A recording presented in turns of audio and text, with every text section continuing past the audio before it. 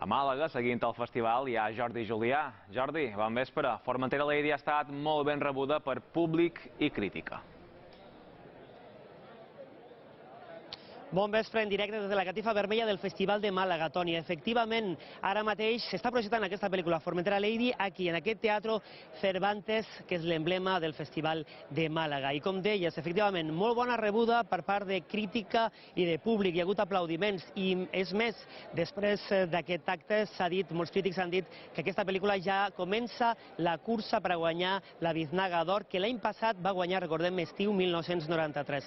S'ha de dir que la pel·lícula Formentera Lady és una pel·lícula que parla del darrer hippie d'Eivissa, en aquest cas el protagonista, que aquí mostra els canvis socials i econòmics que hi ha a l'illa de Formentera.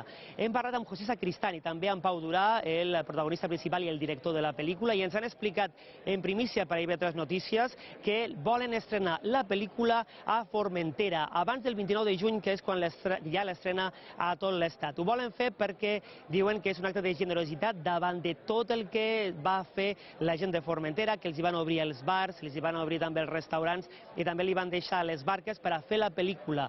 Ja ho veieu, molt esperit formenterer aquí, avui a Màlaga. Avui ha estat el dia d'aquesta pel·lícula de Formentera Lady.